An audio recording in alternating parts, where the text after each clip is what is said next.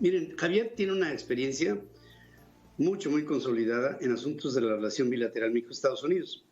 Ahora que hablarán el presidente de México y el presidente de los Estados Unidos a nivel virtual sobre temas específicos, más puntual que esto, yo creo que no puede haber más. Javier nos tiene puntos de vista que creo vale la pena reflexionarlos y por eso te doy la bienvenida, querido amigo. ¿Cómo estás? Buenos días, Javier.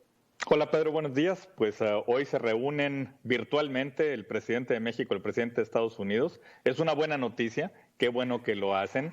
Ya tuvo la reunión el presidente Biden con el primer ministro de Canadá, con Justin Trudeau.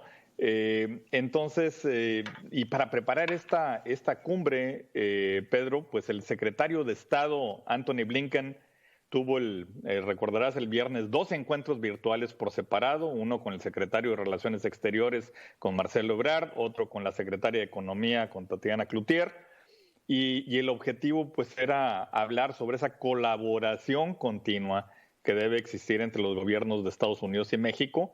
¿Para qué? Pues para abordar temas de migración, para gestionar preocupaciones medioambientales y de energía comunes, para promover pues nuestra seguridad mutua, fortalecer las economías de los dos países en beneficio de las empresas y de los trabajadores.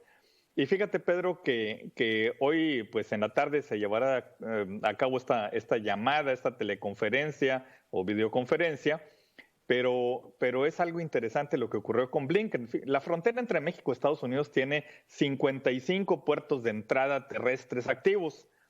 Y antes de platicar con Ebrard y Cloutier, Blinken escogió uno.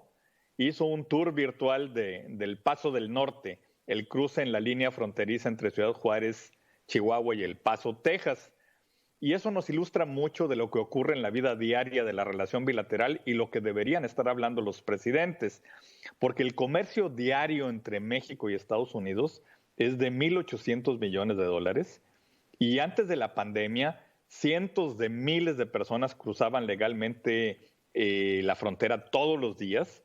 Y cuando pensamos en el 1,5 millones de ciudadanos estadounidenses que viven en México, pues debemos advertir que nuestro país es un gran lugar para vivir y para visitar. México, pues, es el principal destino extranjero para los viajeros estadounidenses. Y hace unos días platicamos tú y yo aquí que México fue desplazado por China al segundo lugar como socio comercial de Estados Unidos, porque en 2020 el comercio bilateral entre México y Estados Unidos ascendió a 538 mil millones de dólares. Nada despreciable. Yo creo que México puede recuperar su espacio. Yo creo que una implementación eficaz del Tratado Comercial entre México, Estados Unidos y Canadá, el TEMEC, va a conducirnos sin duda a un crecimiento económico robusto en América del Norte. Y además, pues uno de los temas principales del diálogo bilateral, y seguramente se hablará, ojalá que con ideas hacia el futuro, es el tema de la migración. Escuchamos que México y Estados Unidos se coordinan estrechamente para gestionar la migración irregular y combatir la trata de personas.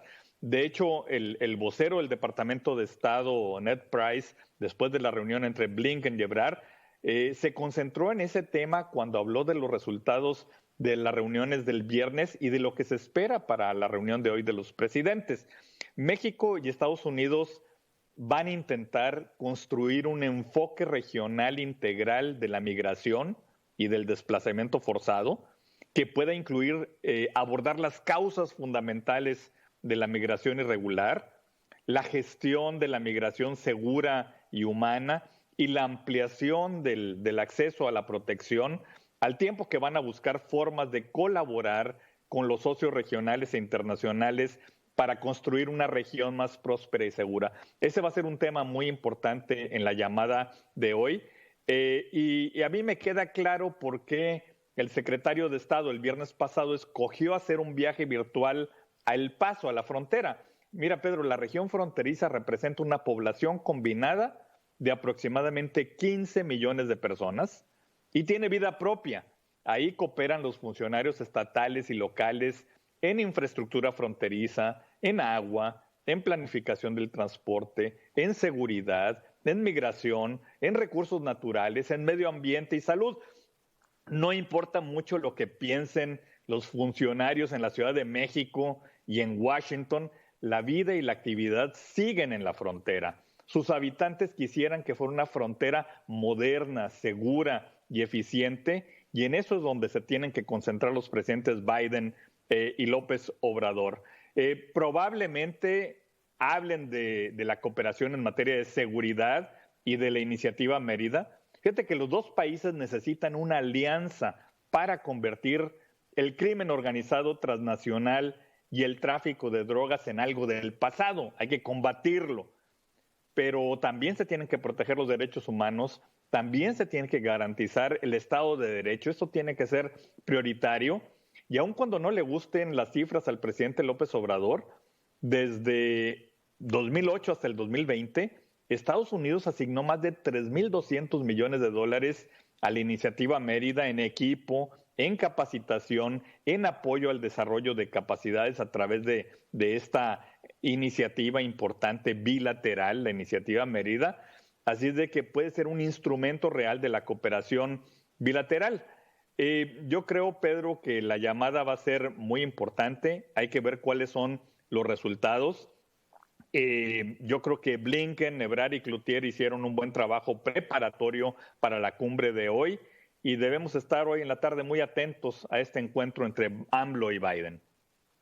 Sí, fíjate que sí, es algo que los mexicanos tenemos que ver con un sentido integral de la relación. Una relación, y eso pasa desde las relaciones interpersonales hasta la de los países, tiene que tener el mayor número de coincidencias. No podemos estar bien en algo y dejar de estarlo en otro. Tenemos que tener una forma completa de entendimiento, lo que se llama un comprehensive agenda, ¿no? En donde todo vaya en línea con la armonía. Y pienso que la responsabilidad de los pueblos es justamente cumplir con esa agenda en la conveniencia de lo que nos dicta la lógica. Y por lo mismo creo que debe hacerse un llamado al gobierno mexicano para que no altere este balance que podría traernos consecuencias inopinadas, inesperadas e indeseadas. Así es, pero además la relación bilateral entre México y Estados Unidos es muy compleja, tiene muchos temas. Debemos asegurarnos que un tema o un problema en la relación no contamine el resto de la relación. Eso es algo fundamental. Tenemos que seguir avanzando, pero sobre todo necesitamos una nueva idea de cómo queremos catapultar esta región de América del Norte hacia el futuro. Tenemos todo para hacerlo y lo que se requiere pues es visión y compromiso político. Por supuesto que sí, querido amigo. Y ya después de esto tendremos la oportunidad de comentar más a nuestro auditorio sobre la trascendencia y sobre todo los puntos acordados que nos pudieran llevar a una relación conveniente. Yo voy con la idea de lo que dice, de lo que a veces se suele decir en los Estados Unidos. Estados Unidos no tiene amigos, tiene intereses. Bueno, pues pensando en lo mismo, veamos los intereses y no vayamos en contra de ellos. Es lo que quiero proponer como un punto fundamental de pensamiento. Y México también tiene y México tiene también intereses, Pedro, y más allá de una política principista, es decir, que nos basemos solamente en el tema de los principios de la política exterior de México o de la no intervención, que muchas veces esa es la salida fácil. No tenemos que argumentar solamente el tema de la no intervención y la soberanía y la autodeterminación, más bien cómo vamos a promover los intereses de México, la prosperidad de México a través de esta relación. Tenemos que ser mucho más inteligentes cuando hablamos de la relación entre México y Estados Unidos y no solo ser ideológicos, nacionalistas y cerrados a todo tipo de cooperación. Cuando empiezan las ideologías, se acaba la razón. Y creo que nosotros tenemos que ser muy pragmáticos en ese sentido. Javier Treviño, te envío un abrazo como siempre con mi cariño. Gracias y buenos días. Gracias, Pedro. Buenos días.